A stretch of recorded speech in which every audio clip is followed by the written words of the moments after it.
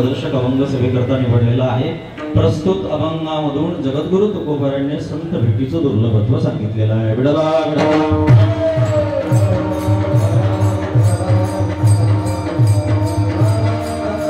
सेवा निमित्त सगळ्यांना ज्ञात आहे, तरी सुद्धा अल्पसा परिहार देणं वक्त्याचं परम कर्तव्य आहे। न्यायाप्रमाणे चालत असलेला सालाबादाप्रमाणे हा अखंड हरिनाम सप्ताह श्री पेरेश्वर महादेव संस्थान वैशाख पौर्णिमा यात्रेनिमित्त चालत असलेला हा महोत्सव शिवमहापुराण कथा तसंच कीर्तन महोत्सव श्री हरिभक्तपरायण विठ्ठल महाराज देशमुख यांच्या अनुषंगाने या गावामध्ये येणं झालं। तसं मी लहान असताना या गावामध्ये 2-3 वेळेस लग्नाला आलोय, पण त्यावेळेस येणं आणि आताच्या येण्यामध्ये खूप फरक आहे आणि म्हणून परत एकदा या ठिकाणी हा येण्याचा योग कथेच्या अनुषंगाने आणि आजची कीर्तन रूपी सेवा ही पत्रिकेत माझ्या नावाची नाही, पण असं म्हणतात राज्य आले आणि ते गाजवल्या गेलं। तब्येत खराब असल्यामुळे म्हटले तुम्हीच करा आणि मीही काही आजचं कीर्तन म्हणजे माझ्यासाठी दोरीची कसरत, दोरीवरची कसरत। कारण आज भागवत कथेचा शेवटचा दिवस, नांदेड पासून 15 किलोमीटर अंतरावर गोदावरीच्या किनारी शंखतीर्थ या ठिकाणी कथा संपन्न झाली। कंप्लीट 3 वाजेला गाडीमध्ये बसलो, 8ला या गावात आलो। एवढा प्रवास केल्यानंतर मला वाटत नव्हतं कीर्तन करेल, पण जेव्हा विठ्ठल महाराजांचा पाय फ्रॅक्चर झालेला बघितला आणि त्यांना इथं नेतृत्वासाठी बघितलं, म्हटलं चला आता हा माणूस जर एवढं करतोय तर आपल्याला करण्यासाठी काय अडचण। त्या अनुषंगाने ही सेवा माझ्याकडे आली। पत्रिकेत जरी माझ्या नावाला नसेल तरी चित्रगुप्ताने आजची सेवा माझ्याच नावाला लिहिलेली आहे।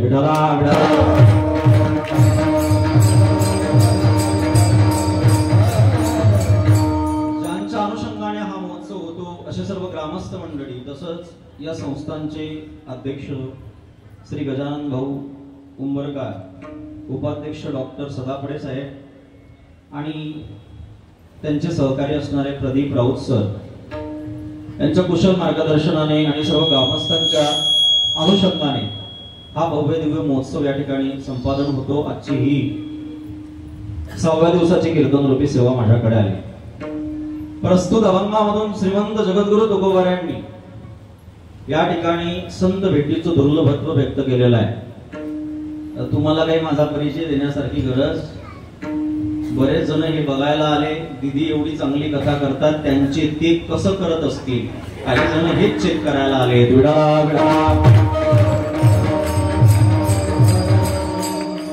काळजी करू नका, तुम्ही निराश होणार नाही।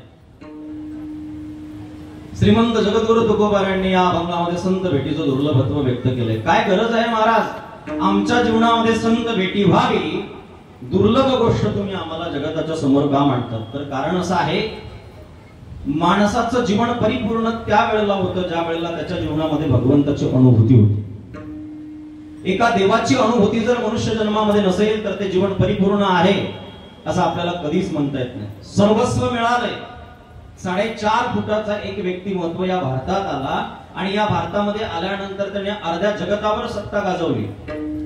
त्याचं नाव काय होतं नाही सांगता येत, मी सांगतो तुम्हाला कशासाठी बोलवलं म्हणा, मी त्याच्यासाठीच आलो। त्याचं नाव आहे सिकंदर, ज्याने पूर्ण भारतावर नाही तर अर्ध्या जगतावर सत्ता गाजवली। जगावर सत्ता गाजवणारे माणसं होऊन गेले, पण त्यांचा अंतकाळ जर आपण बघितला तर त्याने प्रधानजीला सांगितलं होतं, राजा मी मेल्यानंतर असं करजो की मी मेल्यानंतर माझी जी तिरडी बांधणार आहे ना, ते बांधल्यानंतर माझे हात दोन्ही बाहेर बांधजो आणि बांधत असताना ते हात रिकामे बांधजो, कारण मी जरी जगतावर सत्ता गाजवली तरी सुद्धा माझ्या जीवनामध्ये पूर्ण विराम आला नाही। याचा अर्थ असा आहे, जगतावर जरी सत्ता गाजवली तरी मनुष्य जन्माचा पूर्ण विराम होतो असं नाहीये। या जीवनामध्ये मानव जीवनाची परिपूर्णता जर कशात असेल तर ती भगवंताच्या अनुभूतीत आहे, नाही तर हे जीवन शून्य आहे। कसं आहे? शून्य आहे। आता मला एक सांगा, शून्याला तुमच्याकडे व्यवहारामध्ये किती किंमत आहे? तुमच्याकडे बोला ना, शून्याला 0 रुपये घेऊन गेल्यानंतर किती चॉकलेट मिळतात? नाही मिळत। मग शून्याला किंमत आहे की नाहीये? पटपट बोला म्हणजे मला कळेल. शून्याला किंमत आहे का? नाहीये. पण त्याच शून्याच्या पुढे एक ही संख्या लिहिली. आता संख्या झाली 10. आता शून्याची किंमत किती? 10 नाहीये. माझं चांगलं शिक्षण झालंय, काळजी करू नका. 9 जसे आहेत, एक जसा आहे तसाच आहे. शून्याची किंमत झाली 9. परत एक शून्य दिला, संख्या झाली 100. आता शून्याची किंमत किती? 99 नाही होत. 9 10 जसे आहेत तसेच आहेत. शून्याची किंमत झाली 90. परत एक शून्य दिला, संख्या झाली 1000. आता शून्याची किंमत किती? एवढं गणित कसं कच्चं तुमचं? बोला पटापट.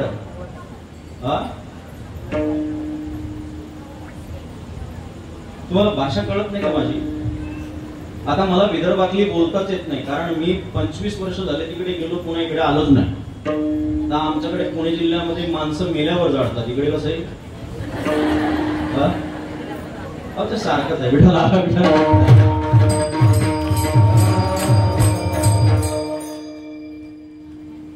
1000 संख्या झाली. शून्याची किंमत किती? 900. परत एक शून्य दिलं, संख्या झाली 10,000.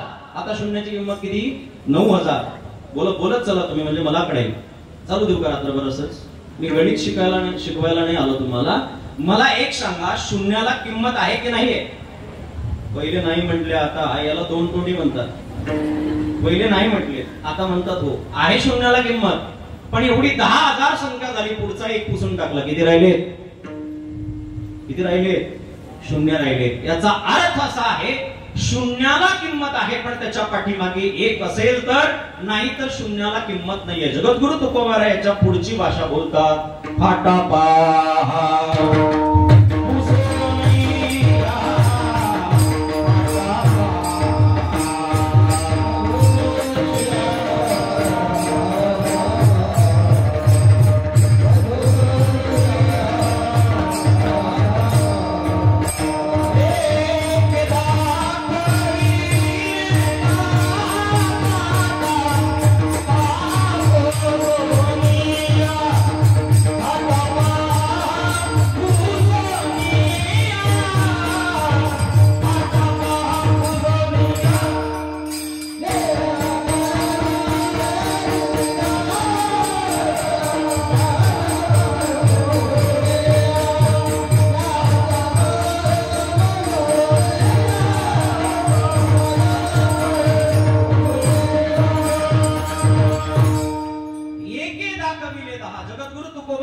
पुढची भाषा बोलताय. तुकाराम महाराज म्हणतात, राजा एक पुसण्याची गरज नाही. मराठीतल्या एकाचा फाटा पुसला की ते सगळं शून्य आहे. याचा अर्थ शून्याला किंमत आहे, नाही असं म्हणता येणार नाही. पण त्याच्या पाठीमागे एक असेल तर, तसं या सत्ता संपत्ती लौकिक सगळ्या गोष्टीला किंमत आहे. पण त्याच्या पाठीमागे एक भगवंताची अनुभूती असेल तर, नाहीतर हे जीवन शून्य आहे. म्हणून मनुष्य जन्मामध्ये आल्यानंतर भगवंताची अनुभूती करून घेणं अत्यंत गरजेचं आहे. जगद्गुरु तुकोबाराय म्हणतात, तुका म्हणे जन्मा आल्याचे सार्थक, विठ्ठलची एक देखलिया, अवघीच पाप केली दिगंतरी. एक भगवंताची अनुभूती आली की त्याचं जीवन परिपूर्णतेकडे गेलं. एकदा देवाला पाहिलं की त्याचं जीवन परिपूर्णतेकडे गेलं. बरेच माणसं म्हणतील, महाराज एकदा जर पांडुरंगाला पाहिल्यानंतर माणसाच्या जीवनाची परिपूर्णता होते, तर आम्ही महाराज दिवसामध्ये 2दा देवाच्या दर्शनाला येतो. मग आमची झाली का परिपूर्णता? नाही. इथे वाचार्थ आणि लक्षार्थ जर लक्षात नाही आला तर फार मोठा गोंधळ होतो. वाचार्थ आणि लक्षार्थ लक्षात आला पाहिजे. काही ठिकाणी वाचार्थ लावायचा असतो, काही ठिकाणी लक्षार्थ लावायचा असतो.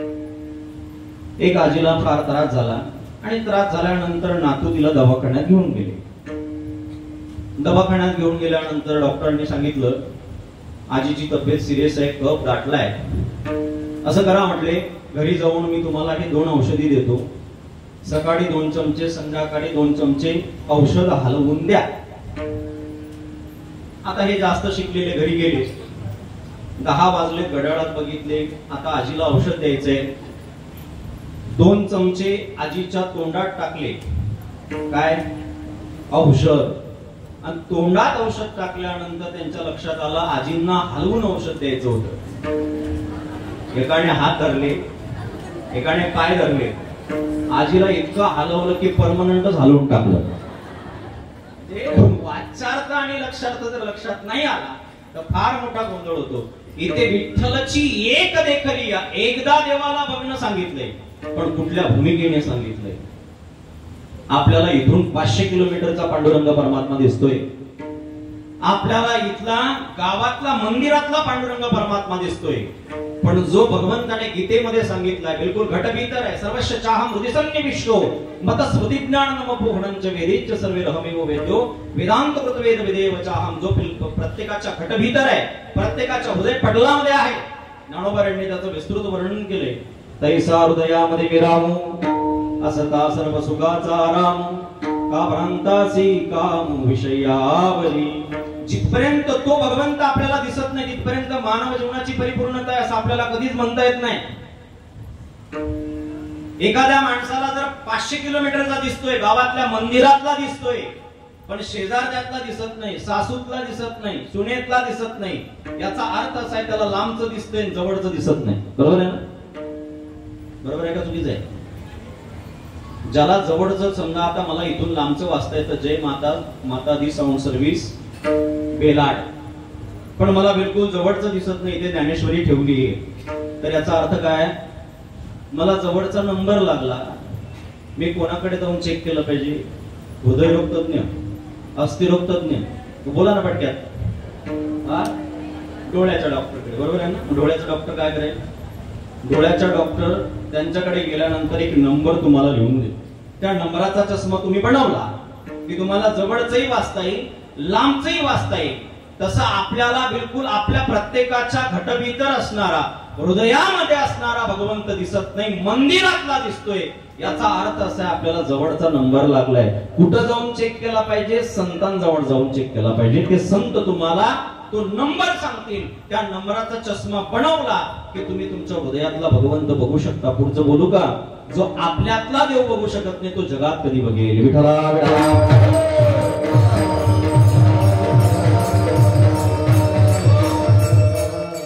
या विदर्भामध्ये असे संत होऊन गेले की ज्यांनी पहिले परमार्थ अनुभवामध्ये उतरवला, ज्यांनी सगळीकडे भगवंत बघितला, ज्यांना दगडात देव दिसत होता, ज्यांना टाळात देव दिसत होता, ज्यांना गाढवात देव दिसत होता, ज्यांना केर कचरा जमा करण्यात देव दिसत होता. ही माती विदर्भाची माती आहे.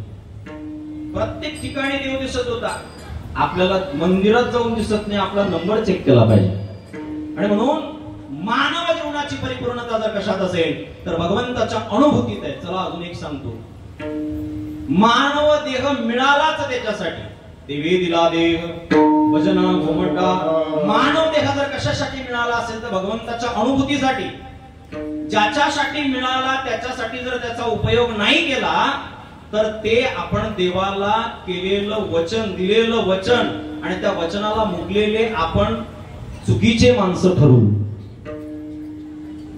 एक माणूस तेलाऱ्यामधून त्याला पुण्याला काम होतं, ऑफिशियल काम होतं. पूर्वीचा काळ आहे. तो रात्रीच्या वेळेला रातराणीने बसला आणि बसल्यानंतर तो सकाळी पहाटे पुणे स्टेशनला उतरला, शिवाजीनगरला. आणि शिवाजीनगरला उतरल्यानंतर त्याने घड्याळात बघितले 7 वाजले होते. त्याने विचार केला आता 10 वाजेपर्यंत ऑफिस उघडत नाही. मग ऑफिस उघडत नाही म्हणून काय केलं पाहिजे? तर त्यांनी विचार केला घरून पत्नीने पाठवलेला डबा आहे, पण हा डबा खाण्याच्या आधी आपण स्नान करूया. आणि म्हणून तो सार्वजनिक स्नानगृह शोधायला लागला. एक ठिकाणी त्याला सार्वजनिक स्नानगृह दिसलं आणि दिसल्यानंतर तिथे बाहेर बसलेल्या माणसाला म्हटलं का हो दादा, इथे स्नान करण्याची सुविधा आहे का? आता तो बसलेला माणूस म्हटला याच्यावर लिहिलेलं काय? म्हटले स्नानगृह. मग इथे आंघोळीची व्यवस्था नसणार तर कसली असणार? आहे म्हटले. पण दादा काहो गरम पाणी मिळेल का? मिळेल ना. गार पाण्याने जर आंघोळ करायची असेल तर 10 रुपये, गरम पाण्याने आंघोळ करायची असेल तर बाहेरून बादली भरून न्यावी लागेल आणि बादली 20 रुपयाला आहे. ते म्हटला 25 देतो दादा, थंडी वाजते, थंडीचे दिवस होते, 25 देतो, पण गरम पाणी द्या, कडक पाणी द्या. हा म्हटला हा देतो. 25 रुपये दिले, ती बादली घेतली आणि बाथरूम मध्ये गेला.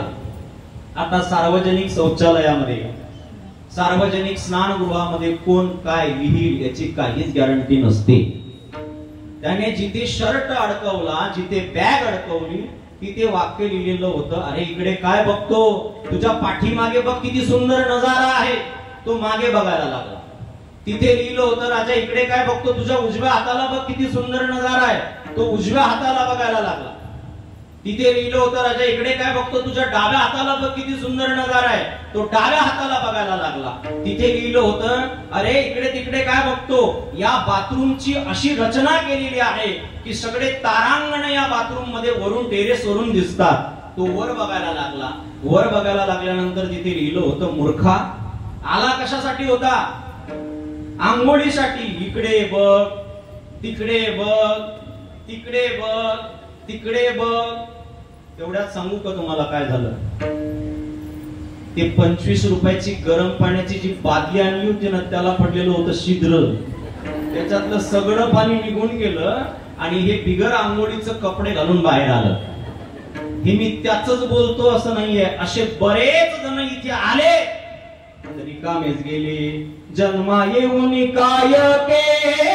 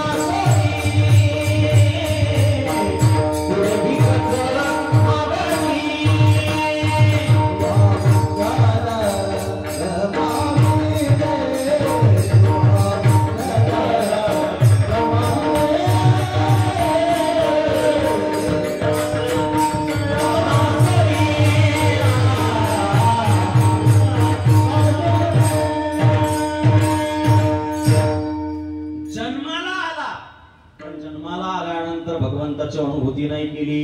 आला होता देव प्राप्तीसाठी, देवाला वचन दिलं होतं याने मोठं मोठं, एक वेळा करी या दुःखा वेगळे,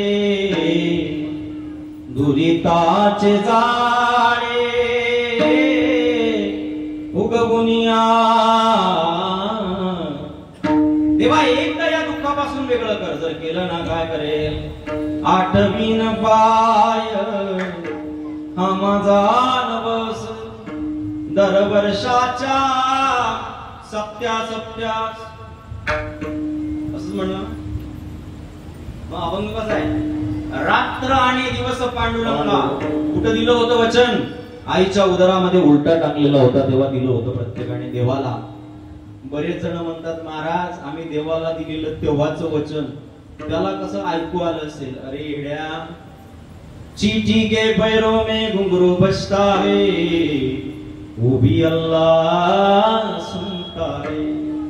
मुंगीच्या पायातलं घुंगरू जर देव ऐकत असेल तर आपलं ते वचन भगवंत ऐकत नाही का. आपण जसा जन्माला आला तसं एकच म्हणतो, कोहम कोहम कोहम मेरे अंगनी में तुम्हारा. इसको कहता है भगवान, को कहता है. देवाला म्हणतो, दिलं वचन दिलेलं पूर्ण करतो का आपण देवाला? नाही. म्हणून त्याच्यासाठी आपण जीवनामध्ये भगवंताची अनुभूती करणं अत्यंत गरज आहे. कळालं महाराज आम्हाला, देवाची अनुभूती अत्यंत गरजेची आहे. पण ही देवाची प्राप्ती कशाने होते तर देव प्राप्त करण्यासाठी प्राकृत ग्रंथामध्ये, शास्त्रीय ग्रंथामध्ये देवाला प्राप्त करण्याची यादीच्या यादी दिलेली आहे. योग आहे, याग आहे, तप आहे, अष्टांगादी योग आहे, तीर्थाटन आहेत, अनेक प्रकारचे साधना आहेत. पण प्रत्येक साधनाने भगवंताची प्राप्ती होतेच याची गॅरंटी नाही. कारण प्रत्येक साधनाला कुठला तरी आळफाटा आहे. महाराजांनी वर्णन केले, नाना साधनाच्या केल्या कटपटा, परित्यान पडे हो याचा दारू म्हणता, जाणीव जाता जाणीव घाले आल भाटा. योगाभ्यासे रीती सिद्धी रोदिता ती वाटावो धन्य आनंदाची सापडली वेळ. प्रत्येक साधन करून बघितलं म्हटले पण प्रत्येक साधनाने भगवंताची अनुभूती झाली असं नाही. योग केला की सिद्धी येऊन पुढे उभे राहतात आणि रिद्धी सिद्धी येऊन पुढे उभे राहिल्या की उशी खाली हात घातला की पेढा निघतो, गादी खाली हात घातला की बंडल निघत. आणि ह्याच्यात जर अडकला तर नाथ महाराज म्हणतात सिद्धीला विपीसे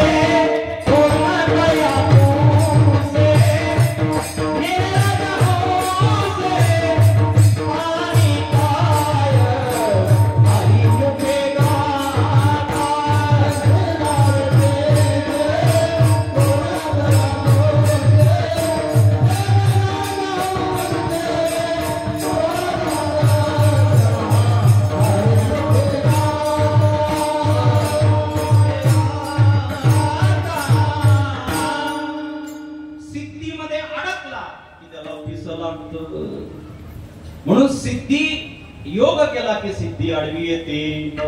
करता तीर्थाटने अहंकाराची प्राप्ती हो. तीर्थाटन जर माणसाने जास्त केली तर माणूस गावभर फिरत सांगत फिरतो मी चारधाम करून आलो, केलं रे चारधाम पण बोलला वाया गेलं. माणसाने परमार्थ करावा पण केल्यानंतर तो परमार्थ बोलू नये. शास्त्र सांगते पुण्य झाकून ठेवलं पाहिजे आणि पाप बोललं पाहिजे. माणसं पाप झाकून ठेवतात आणि पुण्य बोलतात. अभिमान होतो माणसाला. जप केला आणि एखादा मंत्र जर उलटा पडला तर तोच मंत्र तुम्हाला अधोगतीला काढण्यावर ठरतो.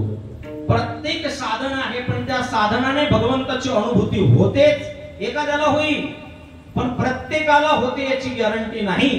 पण एक साधन असं आहे की ज्या साधनाने भगवंताची प्राप्ती होते होते होतेच. कोणतं साधन आहे? हरी प्राप्तीची उपाय.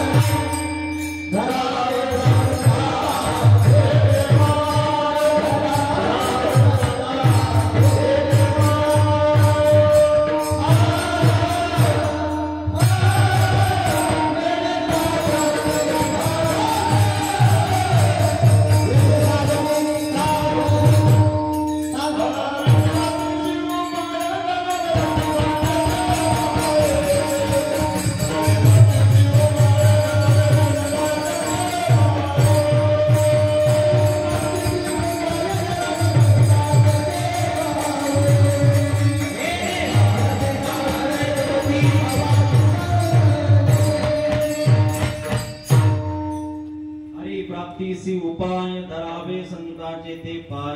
येणे साधती साधने तुटती भवाची बंधने. एक साधन असं आहे की ज्या साधनाने भगवंताची प्राप्ती होते होते होतेच. आणि ते साधन जर कुठलं असेल तर ते साधन आहे संत संगती.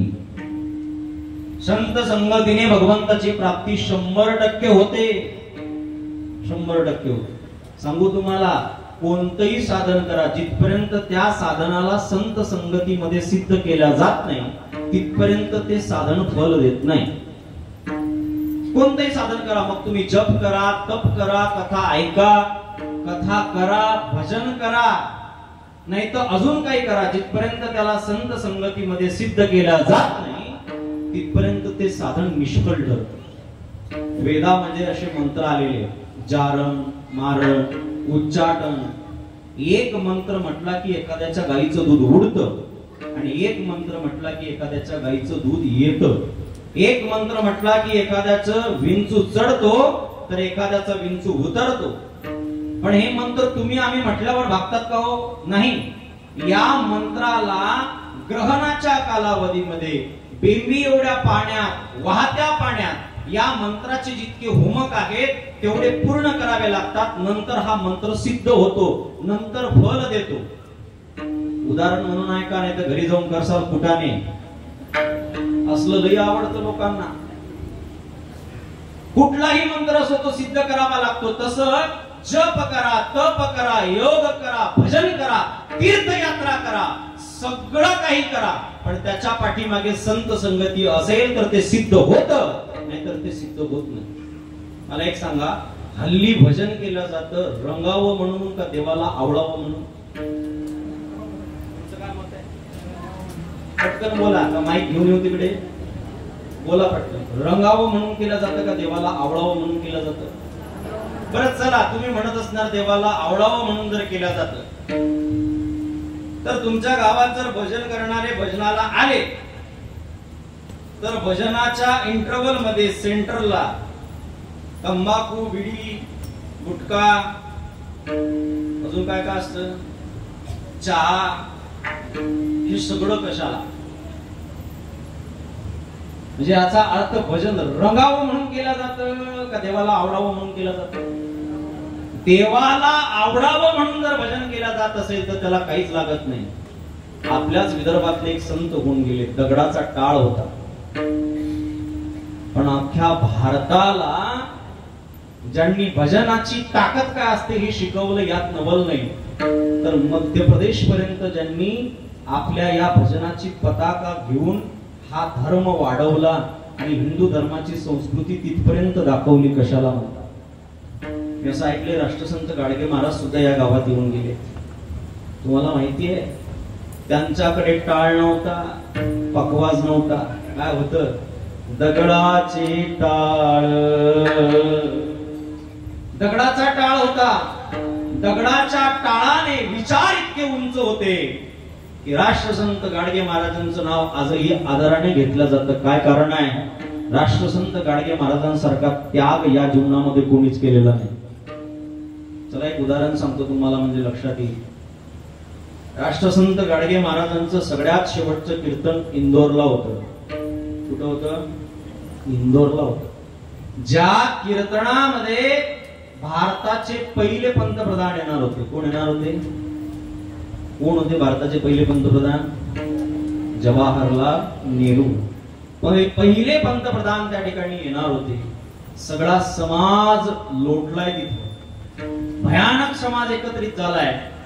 आणि गाडगे महाराजांचा तर स्वभाव आहे, गावात 5 घर मागायचे आणि ते मागितलेलं अन्न एकत्रित करायचं, ते खायचं आणि नंतर कीर्तनाचं बोलायला सुरुवात करायची.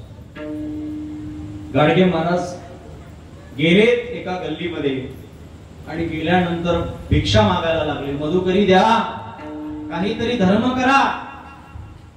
ती बाई म्हटली, महाराज तुम्हाला पोट भरून पुरणपोळी जीव घालते, पण आज नाही. आज आमच्या गावामध्ये भारताचे पहिले पंतप्रधान येणार आहेत आणि गाडगे महाराजांचं कीर्तन आहे, मी कीर्तनाला चालले. आजचा दिवस नाही.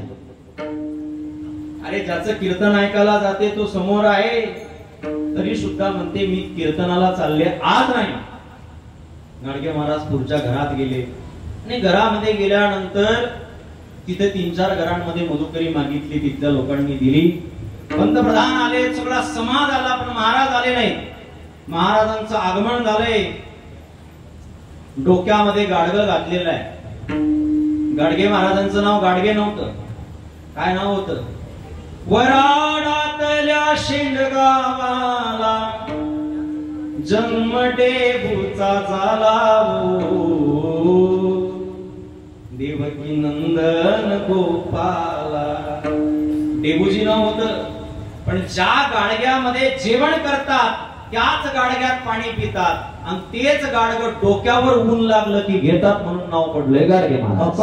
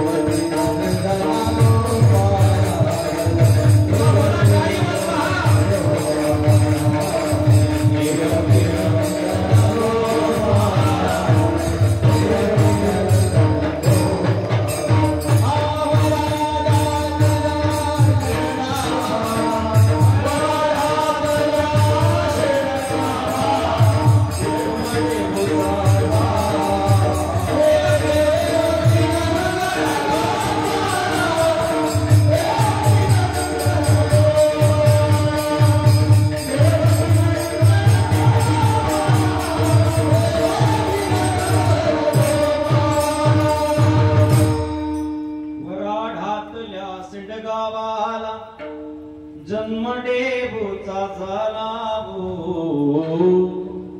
गाडगे महाराज नाव पडले. आणि ते गाडगे महाराज जेव्हा कीर्तनासाठी आले, डोक्यातलं गाडगं काढलं, पंतप्रधानांसमोर जोडीतल्या भाकरी काढल्या, त्याच गाडग्यात चुरल्या, त्याच्यात असलेली भाजी टाकली. गाडगे महाराज तिथे कीर्तनाच्या जागेवर बसून खातात. पंतप्रधान म्हटले, असल्या महाराजाच्या कीर्तनाला मला बोलवलं. आणि ज्या वेळेला कीर्तन सुरू झालं आणि अर्ध्या कीर्तनामध्ये निरोप आला, महाराज एकुलता एक मुलगा तुमचा गेला. तरी महाराज म्हणतात, ऐसे गेले कोट्यान कोटी, काय रडू मी एकल्यासाठी. याला म्हणतात विचाराची पात्रता. हातात दगड असू द्या, नाही तर हातात टाळ असू द्या, देवापर्यंत ते भजन घेऊन ठेव. भजनाची ताकद असण्यासाठी पक्वादच लागतो असं नाहीये. भजनाच्या ताकदीसाठी अंतःकरणाची निर्मलता पाहिजे. आणि म्हणून आज जेही साधन आपण करतो, त्या साधनाला जिथपर्यंत संत संगतीमध्ये आपण सिद्ध करत नाही. आपल्या गावातूनही दिंड्या निघतात पंढरपूरला जाण्यासाठी, पण आपण तरी गजानन महाराजांच्या दिंडीत का जायचं? कारण साधूच्या मागे गेल्यानंतर आपल्या जीवनाची सार्थकता आहे. ज्ञानोबाऱ्यांच्या पाठीमागे लाखाने समाज का जातो? कारण मोठ्यांच्या मागे चाललं पाहिजे. महाजनोस गतस्स पंथाः, मोठ्यांच्या मागे चालण्यामध्ये फायदा आहे, मोठ्यांच्या पुढे चालण्यामध्ये फायदा नाहीये. आडरानाने जाण्यामध्ये फायदा नाहीये. नका जाऊ आडराने, ऐसी गरजती पुराणे. म्हणून देव प्राप्तीसाठी सगळ्यात मोठं साधन जर कुठलं असेल तर ते संत भेट आहे. पण महाराज नेमकी ते संत भेट होते कशाने? जगद्गुरु तुकोबाराय म्हणतात, राजा पुण्याने होते.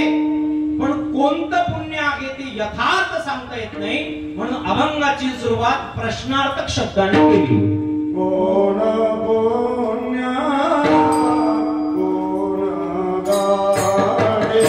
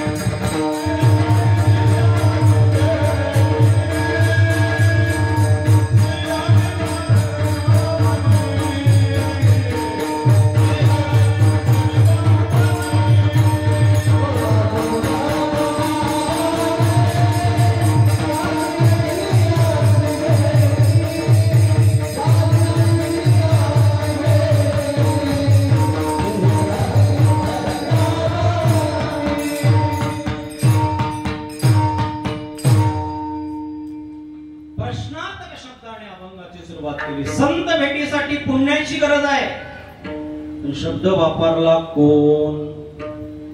आता कोण शब्द वापरला की एकतर विषय असा आहे की त्या विषयाचं यथार्थ ज्ञान नसेल म्हणून कोण शब्द वापरला जातो. नाहीतर कोण शब्द त्याच्यासाठी वापरला जातो की जे सांगण्याच्या पलीकडचं आहे. काय माहिती बाबा, सुंदर गात होते पण कोण होते, कोणत्या गावचे होते माहिती नाही. काय माहिती बाबा, सुंदर पखवाज वाजवत होते पण कोण्या गावचे होते, कोण होते माहिती नाही. याचा अर्थ परिचय नसला की शब्द वापरला जातो कोण. तुम्ही कोणत्या गावावरून आलात, कोण शब्द कधी वापरला जातो जेव्हा त्याचा आपल्याला माहिती नसते. मग जगद्गुरु तुकोबारांनी कोण शब्द माहिती नाही म्हणून वापरला का नाही?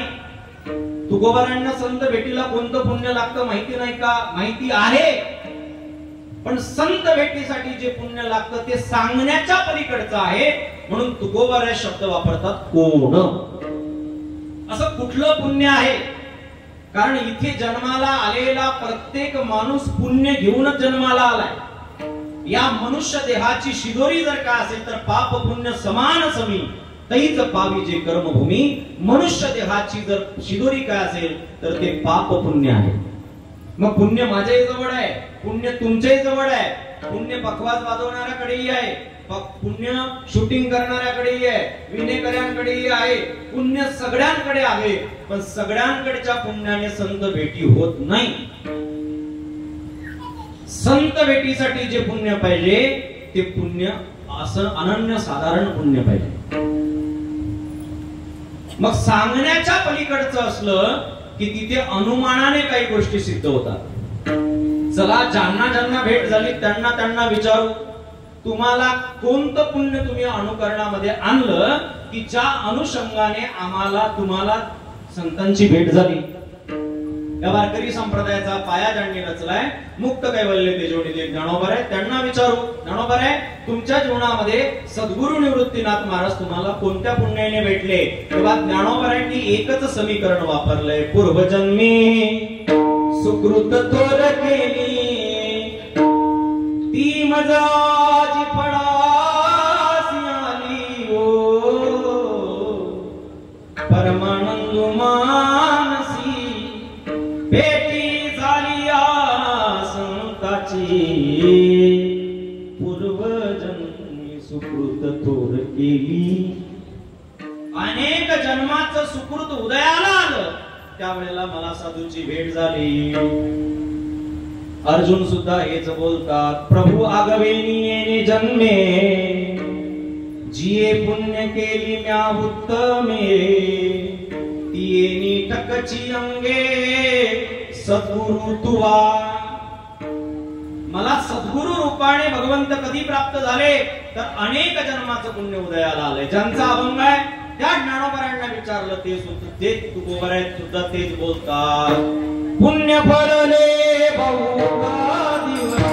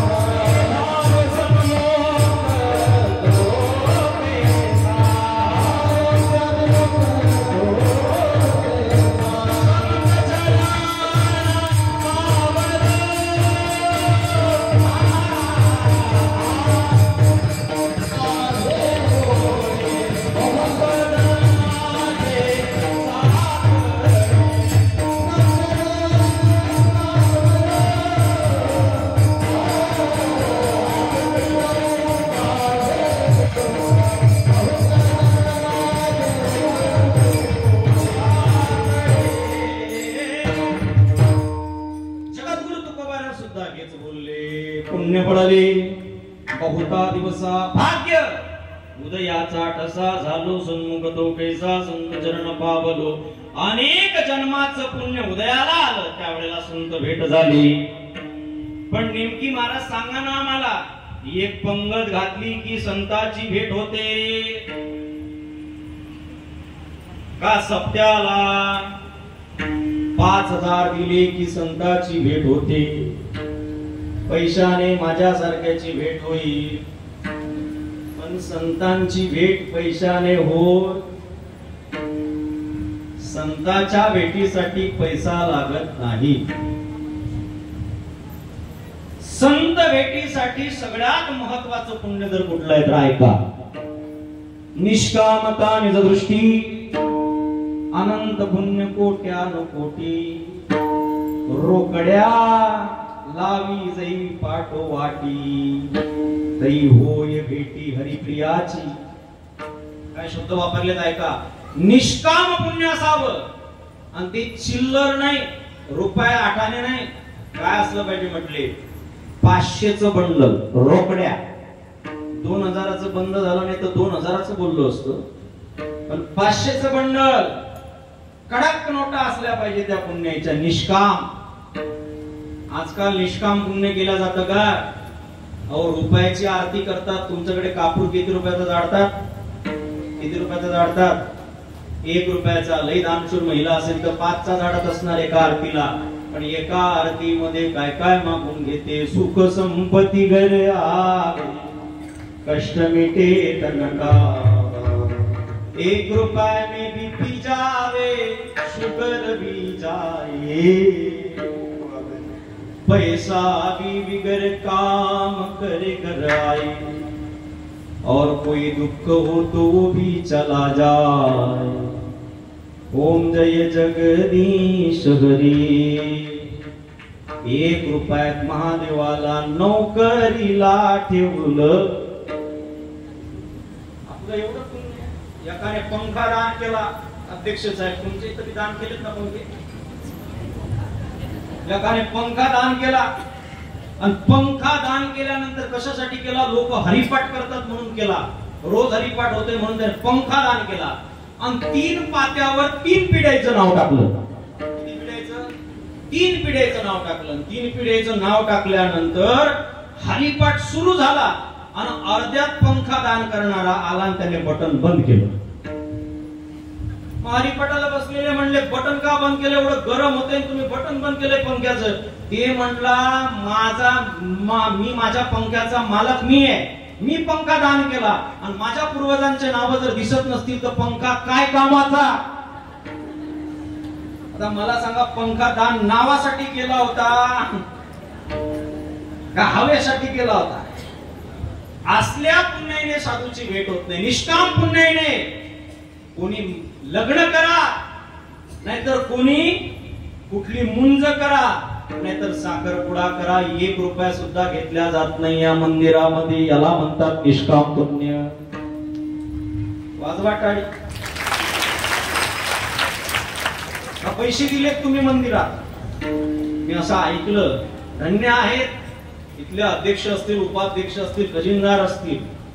नाहीतर एका मंडपाचा आज आळंदीमध्ये जर एवढा हॉल असेल ना त्याचा तासाला 10,000 रुपये तासाला मीटर चालतं. त्याचं तासाला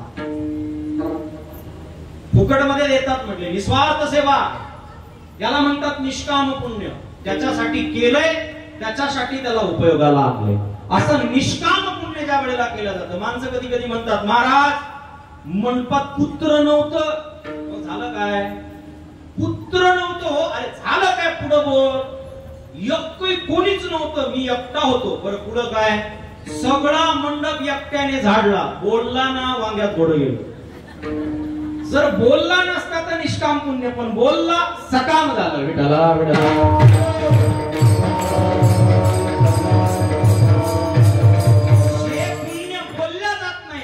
निष्काम पुण्य रोकड्या असतील, बंडलाच्या बंडल असतील, अशा पुण्याने साधूची भेट होते. कोण पुण्य कोणा गाठी? असं कोणाजवळ आहे की ज्यांना अशांची भेटी होईल? अशांची म्हणजे कशांची? तर त्याचं उत्तर दुसऱ्या चरणात सांगता.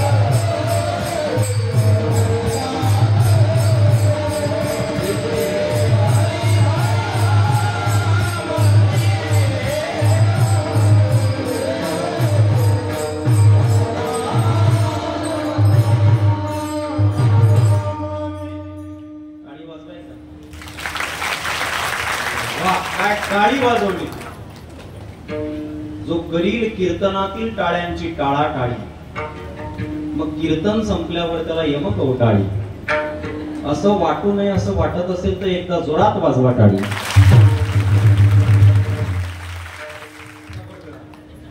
ॲक्युपंक्चर होतो, ब्लड प्रेशर कमी होतं टाळी वाजवली. आणि इतर टाळी नाही वाजवली ना, जाऊ दे आता बोलत नाही बोलतो. असे चोपदार, असे विनेकरी पाहिजे. त्यांच्याकडे बघितल्याबरोबर समाधान वाटतं. असं वाटतं 12 पर्यंत कीर्तन सुरूच ठेवावं.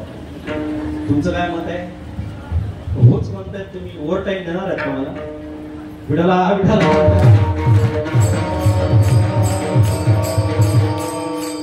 काळजी करू नका, कीर्तन संपेल त्यावेळेला सकाळ झालेली असेल.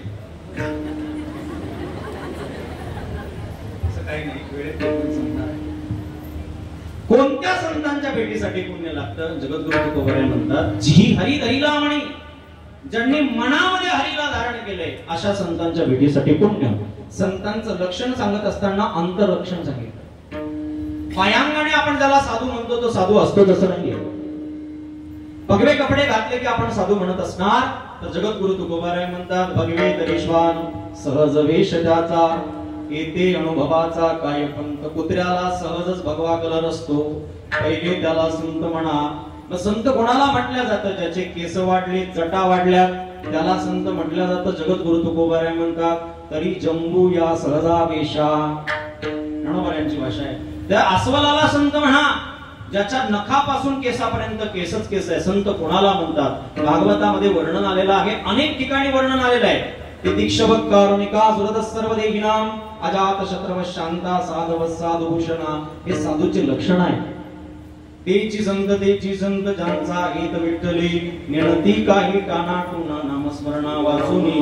ज्यांच्या अंतःकरणामध्ये हरी आहे त्याला संत म्हणतात. कोणाच्या होता? धन्य त्याची माता, धन्य त्याचा पिता, साठविला नाता, त्रैलोक्याचा. धन्य त्याची माता, धन्य त्याचा पिता. सावता महाराजांनी आपल्या हृदयामध्ये भगवंताला साठवलं. जी हरी धरिला म्हणी, ज्यांच्या मनामध्ये हरी आहे त्याचं बाह्य लक्षण काय? महाराज, मनात हरी असणं आम्हाला कसं समजेल? जगद्गुरु तुकोबाराय म्हणतात, अंतःकरणामध्ये जर हरी असेल तर ते बाह्यांगाने सांगायची गरज पडत नाही. ज्याच्या मनात हरी आला, ज्याच्या अंतःकरणात हरी आला, त्याचं बाह्य लक्षण काय? कितीही आवरण्याचा प्रयत्न केला तरी आवरल्या जात नाही. अंतरीचे धावे स्वभावे बाहेरी. आपल्या विदर्भात एक अशी म्हण आहे, जित्याची फोड मेल्याशिवाय जात नाही. आहे ना? का संपली आता ती? हो आहे. अंतःकरणात हरी असला की तो किती काही केला लपवल्या जात नाही, कारण हा स्वभाव आहे. चला एक सांगतो तुम्हाला उदाहरण, म्हणजे लक्षात. एका माणसाच्या घरी 2-3 म्हशी होत्या. आता अध्यक्ष साहेबांच्याच घरी आहे. मग आपण अध्यक्ष साहेबच घेऊ. मला वाटतं जास्तच आहेत, बरोबर ना? हा, किती आहे? पूर्ण गाईच आहेत. बरं चला गाई धरू आपण. किती आहे? 20 गाई आहे. अध्यक्ष साहेबांना असं वाटलं, त्यांच्या घराच्या समोर एखादा बांग कुत्र आहे का इकडे तिकडे फिरणार? आहे. चला, ते कुत्र फिरणार त्याच्याकडे त्या अध्यक्ष साहेबांनी पाहिलं. पण अध्यक्ष साहेबांच्या मनात एक संकल्पना आली, चांगली आहे. विचार केला की या 20 गाईचं दूध उद्या काढायचं, कोणत्याच महाराजाला पाजायचं नाही. त्या दुधाला चुलीवर मोठ्या पातेल्यात टाकायचं. त्याच्यामध्ये 5 किलो काजू, 5 किलो बदाम. बघा माझ्या घरचं चाललंय. तसे अध्यक्ष साहेब दानशूर आहेत, त्याच्यामुळे त्यांनी काही मागं पुढे बघितलंच. 2-3 किलो चारोड्या, अर्धा किलो त्याच्यामध्ये केसर, अर्धा किलो केसर म्हणाले, ठीक आहे केसर अर्धा किलो असं टाकलं आणि ते दूध असं घोटलं, पाणी नका सोडू देऊ तोंडाला. कीर्तनाचा जरा दुसरा गेर टाकतो मी, तुम्हाला झोपा यायला लागल्या म्हणून. आणि मग ते दूध असं घोटलं आणि घोटल्यानंतर अध्यक्ष साहेबाच्या मनात एकच संकल्प आहे की या बांग्या कुत्र्याला उद्या सकाळी हे दूध पाजायचं. फक्त संकल्प एवढाच आला की या कुत्र्याने रोज जे खातं त्याने ते खाऊ. कोणी बोला पटक्यात, कुत्र्याने. अध्यक्ष साहेबांनी ते सुंदर अशी बासुंदी तयार केली आणि सकाळी त्या कुत्र्याला पाजली. इतकी पाजली त्याच्या नरड्याला येईपर्यंत पाजली. आणि एवढी बासुंदी पाजल्यानंतर ते अकोला रस्त्याला लागलं. हे उलट चालत असं आणि अकोला रस्त्याला लागल्यानंतर त्याला 1982 एक हाडूक सापडलं. ते कुत्र काय करीन? बोला फटक्यात, काय करीन? पण नियम तो होता अध्यक्ष साहेबाचा, आणि तिथं तोंड घालू नये. त्याला कितीही चांगलं खाऊ घातलं तरी सुद्धा ते तिथे तोंड घालतं. तुकोबाराय म्हणतात, श्वानासी दिदले परिपंचामृत तरी त्याचे चित्त हाडावरी. त्याचा स्वभाव आहे, तो स्वभाव त्याला आवरला जात नाही. चला एक अजून उदाहरण सांगतो म्हणजे तुमच्या लक्षात येईल. एका माणसाला 3 मुली होत्या. मुली दिसायला नाके डोळे चरचर कशा होत्या? दिसायला भारी होत्या. स्वयंपाकाला गावात त्यांचा कोणी हात पकडत नव्हता. सगळं चांगलं होतं विनेकरी बाबा, पण त्या बोलल्या की पाहुणे पाहून त्यांना निघून जायचे, कारण कॅनडाची भाषा बोलायच्या. वडिलांनी विचार केला आता या पोरीचं लग्न होईल कसं? ते पूर्वीचा काळ होता, आताचा असता तर म्हटला मुकी असेल तरी आण. फार अवघड झालं. विठ्ठल महाराज मला 2-3 रोज कीर्तनाला भेटतात लोक. महाराज तेवढे 2-3 घ्या लाख, तेवढी पोरगी पा. तुम्हाला भेटतात का? पाठवून देऊ का तुमच्याकडे? माझ्याकडे लई गिराईक आहे तसं. असं जाऊ द्या, लाईव्ह चाललंय. काय चाललंय आपलं? म्हणा कीर्तन. त्या मुलींना बापाला टेन्शन आलं. मुलं पाहायला आले, बोलल्या मुली की मुलं निघून जायचे. माझ्यासारखं एक महाराज पकडला. म्हणजे महाराज लई महाराष्ट्रात इकडे तिकडे फिरता, बघा ना म्हटले तिकडे परभणी नांदेडची मुलं आहेत का? मी म्हटलं आहेत ना, लई आहे. पण म्हटले मुली तोतऱ्या बोलता, त्या बोलल्या की लोक पाहुणे निघून जातात. मी म्हटलं आपण असा नियम सांगू की आमच्या विदर्भात मुलगी बघायला आल्यानंतर बोलत नाहीत आमच्या मुली. ते म्हणले खोटं बोलसाल का तुम्ही? म्हटलं लग्नासाठी एखादं खोटं बोललं तर चालतं, एखादं चालतं बरं. नाही तर महाराजांनी सांगितलं म्हणल्यावर सगळंच खोटं बोलचाल. एकरभर जमीन असल्यावर सांगतात 50 एकर आहे. एखादं खोटं बोललं तर चालतं मुलीचा विवाह जोडत असेल. मी म्हटलं आपण सांगू आमच्याकडे पद्धत आहे. तेलाऱ्या तालुक्यात मुली बोलत काय करतात? आले पाहुणे बघायला, पाय धुवायला पाणी, ताटाला ताट, पाटाला पाट, सगळी जोरात तयारी. याच्या घरून उशान, त्याच्या घरून बेडशीट आण. हे पूर्वीचा काळ. आता म्हणते खाली तळवटावर बसतो पण मुलगी तेवढी दे. पहिले लई नखरे केलेत पोरावाल्यांनी, म्हणून आज दिवस आलेत. तर बिचाऱ्या पोरीच्या बापाला मुलगा बघायला येतो म्हणल्यावर अंगावर काटे. जीवन जायचे, नकार द्यायचे तिकडे गेल्यावर, 3 किलोमीटर गेल्यावर. आता चहा पिऊन होकार देतात, आताचा जमाना. ती सुंदर तयारी केली आणि तयारी केल्यानंतर पंचपक्वान्नाचा बेत, बालाजीचा बेत जेवायला वाढला. श्री म्हणजे श्रीखंड, बा म्हणजे बासुंदी, ला म्हणजे लाडू, जी म्हणजे जिलेबी, तोंडाला पाणी सुद्धा देऊ नका. ते बेत वाढला आणि पुंडलिक वरदा झालं.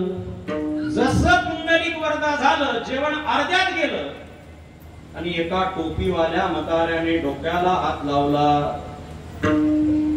आता म्हाताऱ्या माणसाने डोक्याला हात लावला की समजावं काहीतरी गोंधळ आहे. म्हणून लग्न बघण्यासाठी मुलगी बघायला जाताना 2 मित्र जाऊ नका. एखादा विनेकरी बाबासारखा मध्ये टाकून न्या, फसण्याची दाट शक्यता असते. त्या बाबाने डोक्याला हात लावला आणि डोक्याला हात लावल्यानंतर विचार करतोय 2 तास झाले या गावात आलो, मुली बोलत का नाही, वाढतात, स्वयंपाक मस्त केला, सगळं चांगलं आहे, पण मुली का बोलत नाही? मग बाबाने बोलायला सुरुवात केली. पहिलं कडीचा द्रोण उचलला, इकडे बघा माझ्याकडे, कडीचा द्रोण उचलल्याबरोबर एकाच फुरक्यात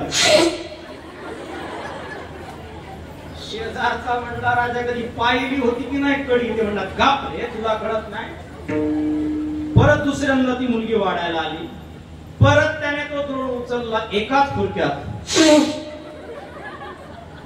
परत तिसऱ्यांदा मुलगी वाढायला आली, तेच शेजारचा म्हणला, राजा उद्या गावात चल, बेरखेड मध्ये तुला आंघोळ घालतो कळीने, आज जाऊ घालू नको पाहुण्या रावण्या. ते म्हणला, तू गप, तुला काही कळत नाही.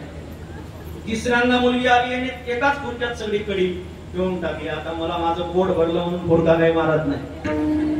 आणि मग ती मुलगी आल्यानंतर हा म्हातारा बोलायला लागला. म्हटले, बाई, केस पांढरे झाले, दात हालायला लागले, उभा महाराष्ट्र फिरलो, पण असली कडी कधीच खाल्ली नाही. आता यांना तर वरदान आहे धर्मराज युधिष्ठिराचं, यांच्या पोटात काहीच राहत नाही. ती मुलगी स्तुती केल्याबरोबर बोलायला लागली. म्हणली, अति तर ती चांगली नाही झाली कमी, मी जिनू टाकलू, मिनू टाकलू, तवा कुठं चांगली झाली कली. तिच्या पाठीमागे दुसरी धावत आली. ती म्हणली, तुला पप्पाने सांगितलं होतं ना बोलू नको, तरी तू का बोलली? तिच्या पाठीमागे तिसरी आली. ती म्हणली, तू बोलली. ती बोलली, पण मी बोललीच नाही. तुम्ही दोघींनी घोटाळा केला. जगद्गुरु तुकोबाराय म्हणतात, तुका म्हणे मेघ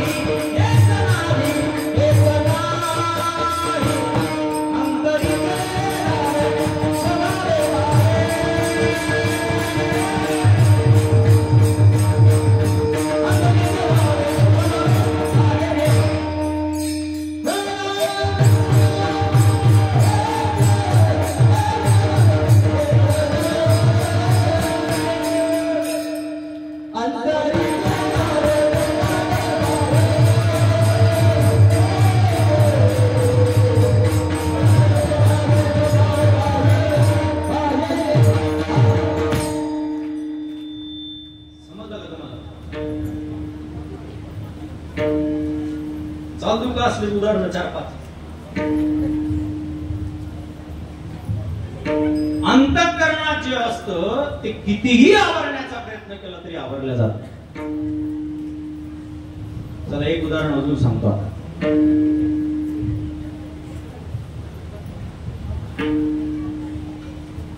डोंबाऱ्याचा खेळ करणारी एक मुलगी होती, दिसायला सुंदर. गरीबाची लेकरं तशी दिसायला छान असतात.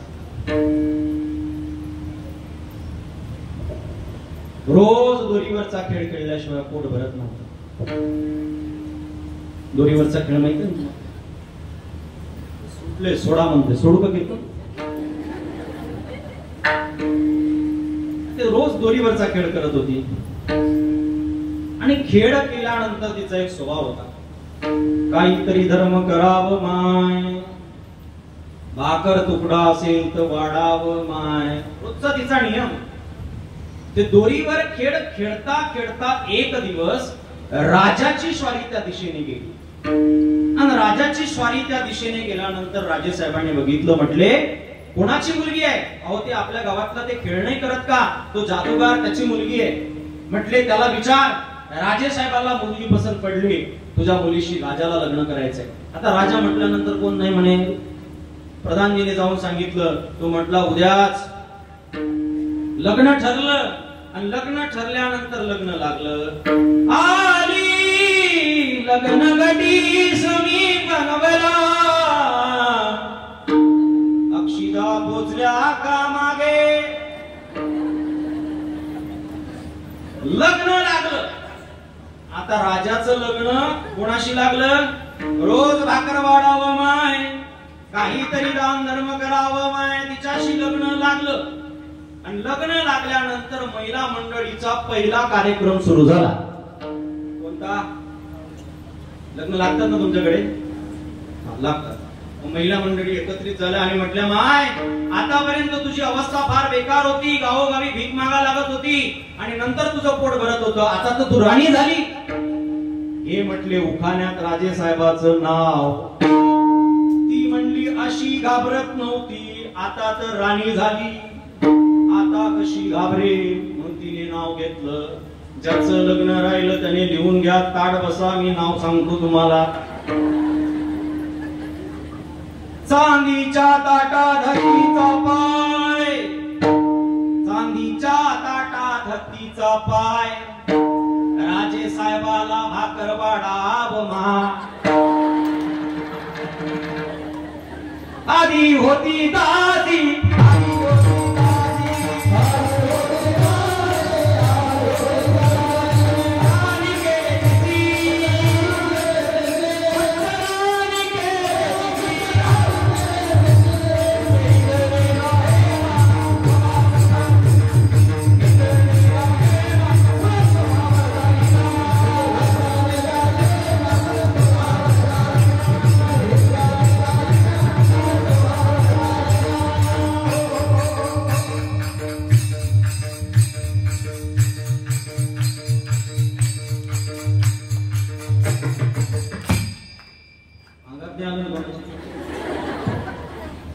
आधी होती दासी, पट्टराणी केले तिसी, तिचे हिंडणे रागेना, मूळ स्वभाव जाईना. कितीही आवरण्याचा प्रयत्न केला तरी आवरला जात नाही स्वभाव. तसं ज्याच्या मनामध्ये हरी आहे त्याला कसा आवरला जाईल? काय बाह्य लक्षण आहे? देवाची ते खून आला ज्याचे घरात, त्याचे पडे चिरा संसारासी, त्याचे पडे चिरा संसारासी. देवाची ते खून करावे वाटोळे, ज्याच्या घरात हरी आला, ज्याच्या मनात हरी आला, त्याचं काय झालं? दिले जी हरिधरीला म्हणी, दिले संसारासी पाणी. एकदा हात वर करा, विठोबार तुम्हारी.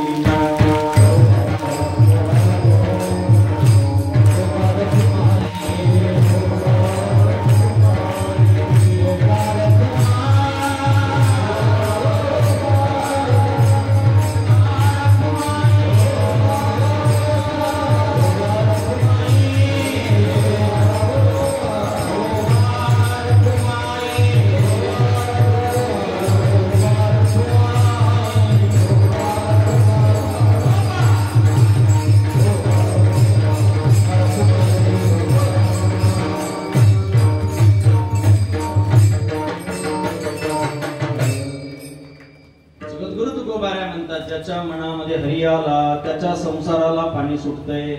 आता पाणी सोडणं म्हणजे काय? तर आपण प्रत्येक जण कधीतरी पाणी सोडतो. महाराजांनी त्याचं वर्णन केलंय. पुरुष निमोनिया जाय, मग त्या देहाचे दहन होय, परी अवशेष सुत कराय, ते केलिया होय निज शुद्धी. एखादा माणूस मरण पावला की आपण 10 दिवस त्याचं सुतक ठेवतो आणि 10व्या दिवशी दगडावर पाणी सोडत असताना आपण म्हणत असतो, आजपर्यंत तुझा आणि आमचा संबंध होता राजा, आता आजपासून पुढे तुझा आणि आमचा संबंध नाही. म्हणजे याचा अर्थ आहे पाणी सोडणं म्हणजे संबंध संपवणं. मग संतांनी कशावर पाणी सोडलं? तर जे विषयाशी तिळांजुडी देऊनी, प्रवृत्ती बरी निगड बाहुनी, माते हृदय मनी सुनी भोगिताती. काम क्रोध बंदी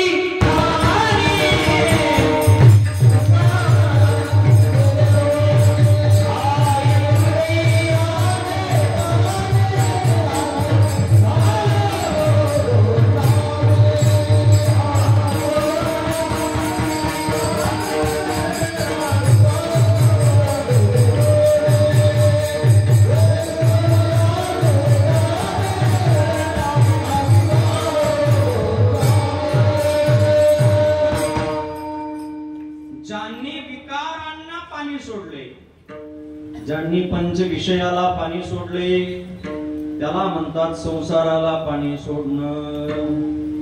संसाराच्या नावे घालून या शून्य वाढता धर्म पूर्ण धर्म केला हरि भजन घबडीले जग. त्यांनी संसाराला शून्य घातले. संसाराच्या कडे पाठ सुद्धा परत एकदा पाठ केली तर बघितलं सुद्धा नाही. असे संत त्यांच्या मनामध्ये हरी आहे. असे अनेक संत होऊन गेलेत मायबाप की ज्यांचा संसार जर बघितला तर पाहुणे घरासी आजी आले ऋषिकेशी काय करू उपचार काय करू उपचार खूप मूर्ती आज त्या तुकोबारायांच्या घरी देव पाहुणे आले. तुकोबाराय म्हणतात देवा तुला काय उपचार करू. दरदरीत पाण्या माझ्या रांदियल्या कन्या दरदरीत पाण्या माझ्या रांदियल्या कन्या काय करू उपचार काय करू उपचार खूप मूर्ती जर्जर. पण त्याच संतांच्या घरी खायला नव्हतं. जगद्गुरु तुकोबाराय म्हणतात आमची अवस्था कशी आहे. जाऊ पुढती भिके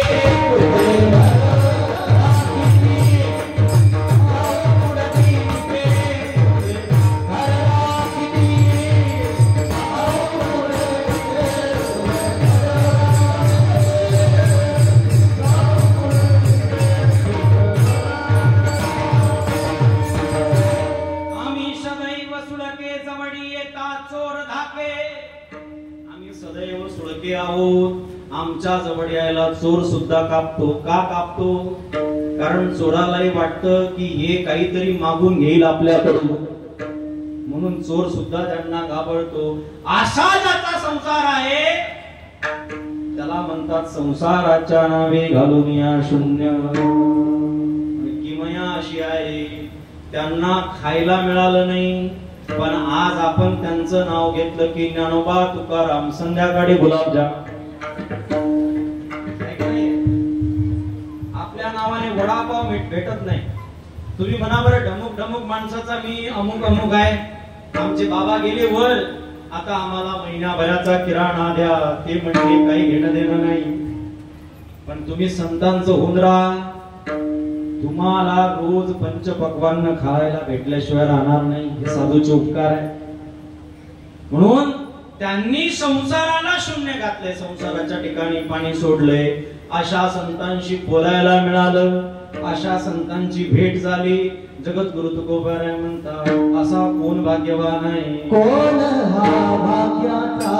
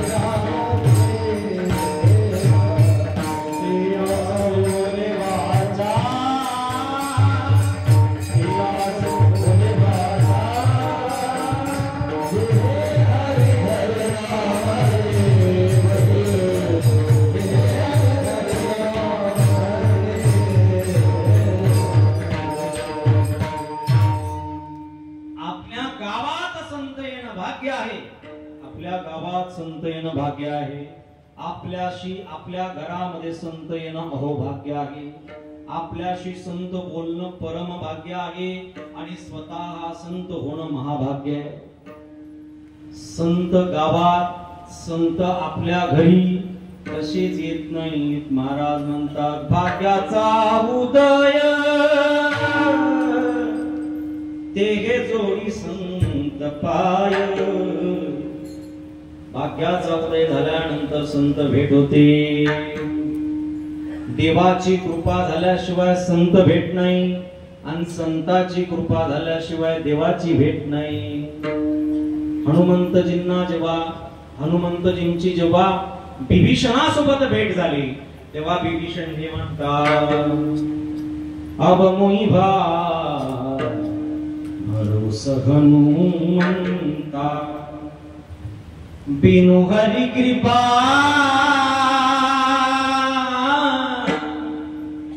बिनु हरि कृपा मिलई नहीं संता अब मोही भरोसा हनुमंता. संत भेट कधी होते? जेव्हा भगवंताची कृपा झाली तर. बिनु सत्संग विवेक न होई. पण पुढचं फार महत्वाचं आहे.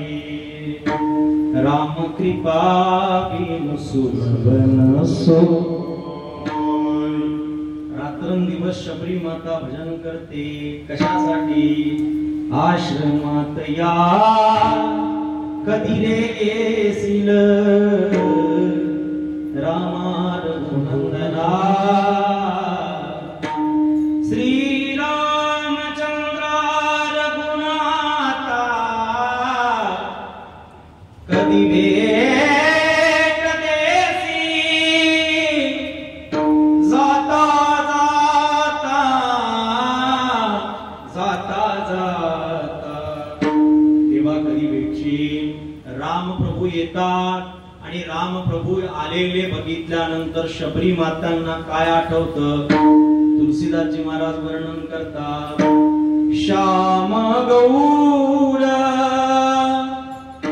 दो भाई, श्याम गौर दो भाई देखत शबरी चरण लपटाई. शबरी देखे ओ शबरी देखे राम प्रभु आए गुरु के बचन यादव से आए. शबरीच्या समोर राम प्रभू दिसतायत पण राम प्रभूंच्या समोर शबरीला मतंग ऋषी दिसतायत. कारण शबरीला माहिती होतं हे आमच्या गुरुची कृपा आहे की आमच्या समोर राम आले. नाही तर जन्म जन्म मुनी जतन करावे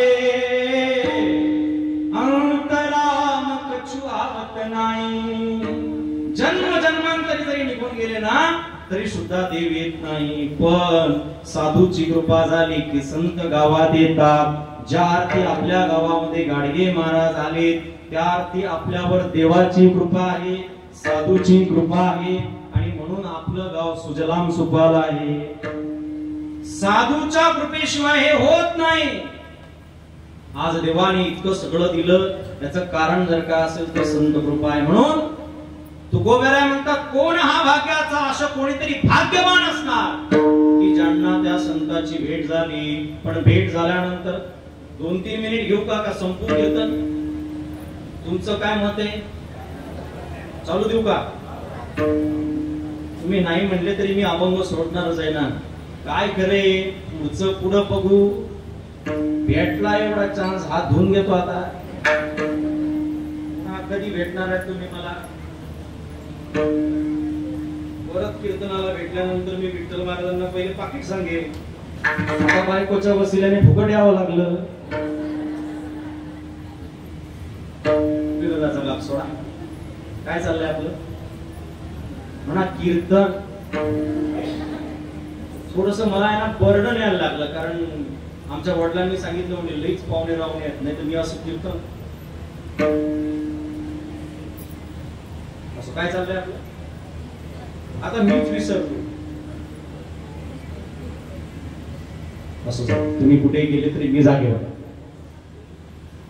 संत भेटी होण्यासाठी पुण्याची गरज. असं कोण भाग्यवान आहे कोणाला त्या साधूची भेट झाली आणि भेट झाल्यानंतर त्याच्याशी संवाद साधायला मिळाला. काय संवाद साधायचा? संत भेटल्यानंतर संसार कसा होईल हे विचारू नका. संत भेटल्यानंतर एकच विचारा, काय मी उदार पावे,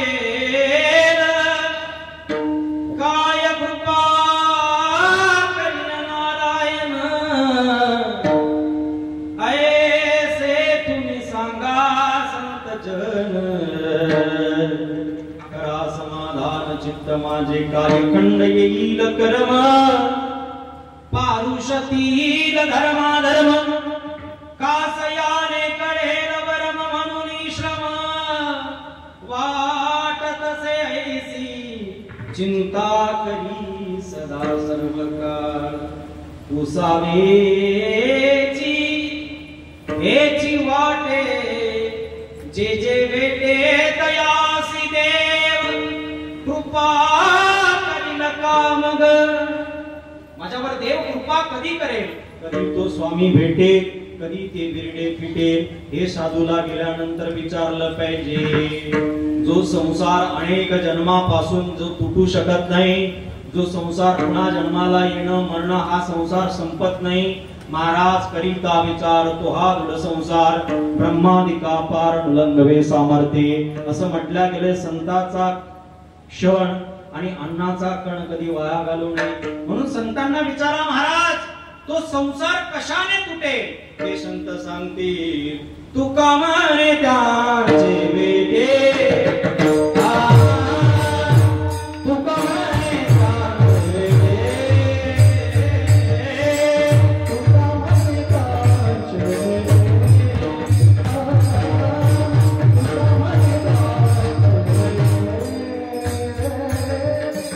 होय संसाराची तुटी, होय संसाराची तुटी, होय संसाराची तुटी, जीवारी धरला म्हणे, जीवारी धरला म्हणे,